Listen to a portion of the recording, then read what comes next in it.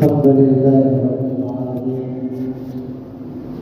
Wassalatu wassalamu ala asrofil anbiya'i wal mursalin nabiyina Muhammadin wa ala alihi wa ashabihi wa man tabi'ahum bi ihsan ila yaumiddin. Wa ba'd.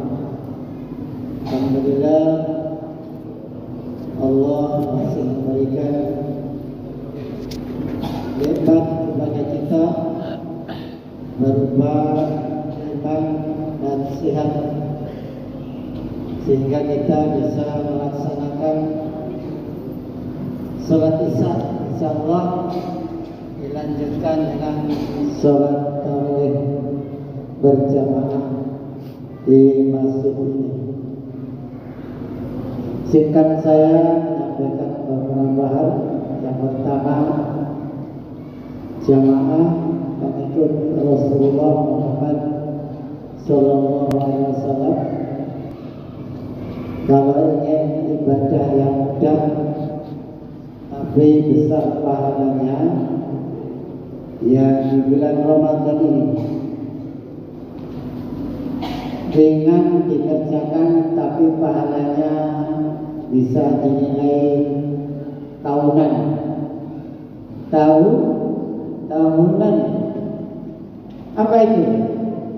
Salah satunya kerjakan di Ramadan ini sebulan penuh sholat maghrib, isya dan subuh berjamaah di masjid, pasti mendapatkan salah satu waktunya mendapatkan pahala 94 tahun hitungan Hijriyah.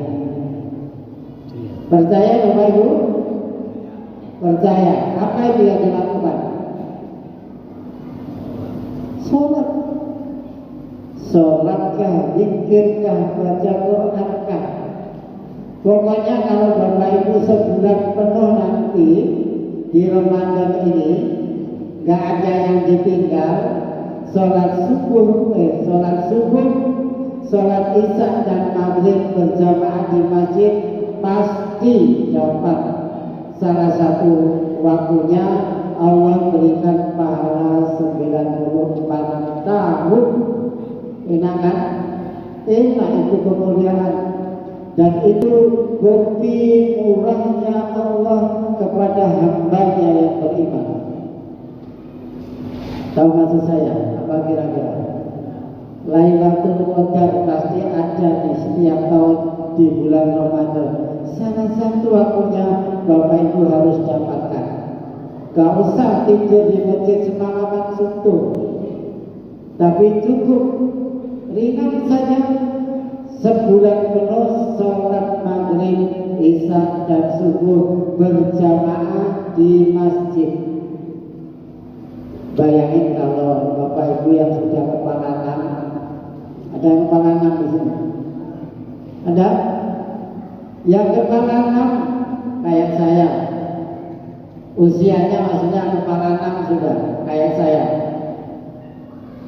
dapat 10 kali. Kalau dapat 10 kali saja Lailatul Qadar, usia Bapak seperti 840 tahun, hampir sama dengan usia Nabi Nuh, 940 tahun Nabi Nuh. Kalau dapat 20 kali 1640 tahun, ibu bapak dinilai beribadah terus.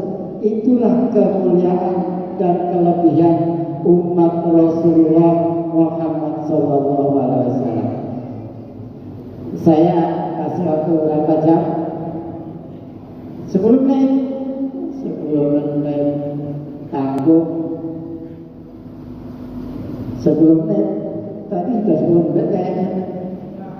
Hah? Sudah 10 menit ya? Ya, saya lanjutkan. Terserah saya mau dimacam supaya Bapak Ibu langsung tidak ada apa-apa, atau saya langsung salam juga tidak apa-apa. Saya cerita dulu sedikit. Kalau kayak Pak Dokter Baharudin, bukan Yusuf Habibie, Pak Dokter Baharudin bukan Yusuf Habibie kan? Kayak beliau, ini ada kan cukup sholat fardu aja yang dikerjakan, yang wajib-wajib aja, kayaknya sudah gak perlu tambahan pahala. Kenapa? Anaknya tiga-tiganya hafid Quran. Ada seorang ulama mimpi temannya sudah meninggal 3 bulan yang lalu. Ulama itu mimpinya begini. Dalam satu kuburan itu semua orang berebut apa? Berebut makanan. Dilihat di kuburan itu ada satu penghuni kubur, dia gak berebut apa-apa. Temannya berebut makanan, dia diam saja. Dalam mimpi itu ulama itu bertanya, temanku, kenapa kamu gak ikut berebut makanan? Dia jawab, kamu tahu saya waktu hidup di dunia kan? Saya itu orangnya biasa, kata yang ditanya itu, yang sudah meninggal itu. Tapi saya punya anak saya dulu saya biayai untuk bisa paham dengan agama Allah. Jadi saya di kuburan ini gak perlu berebut makanan, bahkan aku sudah lebih. Yang berebut itu makanan. Ditanya, apa rahasianya?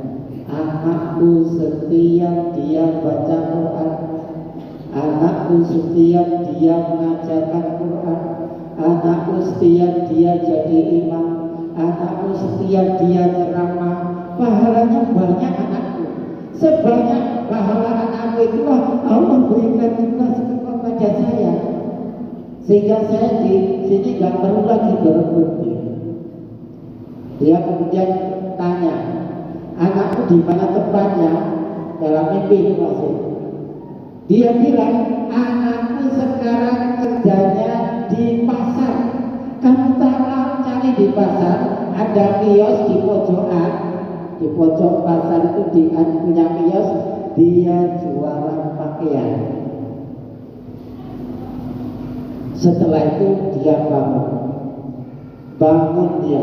Ya Allah, ternyata hanya mimpi itu. Setelah bangun, dia lihat kuburan yang dia dalam mimpinya ini. Dilihat di pojok kamu ada kuburan, bukan kuburan yang di mana bukan yang di situ ya, kuburan yang di sana yang banyak. Bangun dia. Setelah bangun, oh iya, ada kuburan di situ.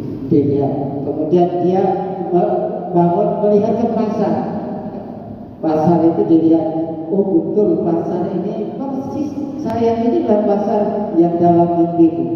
Dia mencoba mimpinya itu betul apa tidak. Dia kemudian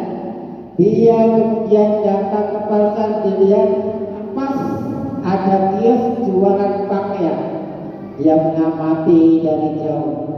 Si pemuda yang jual pakaian itu kok mulutnya kumat kami. Mantra apa yang dibaca? Ulama ini kemudian datang. Si fulan, siapa namamu? Nama saya Abdullah bin Fulan. Apa mantra yang kau baca itu?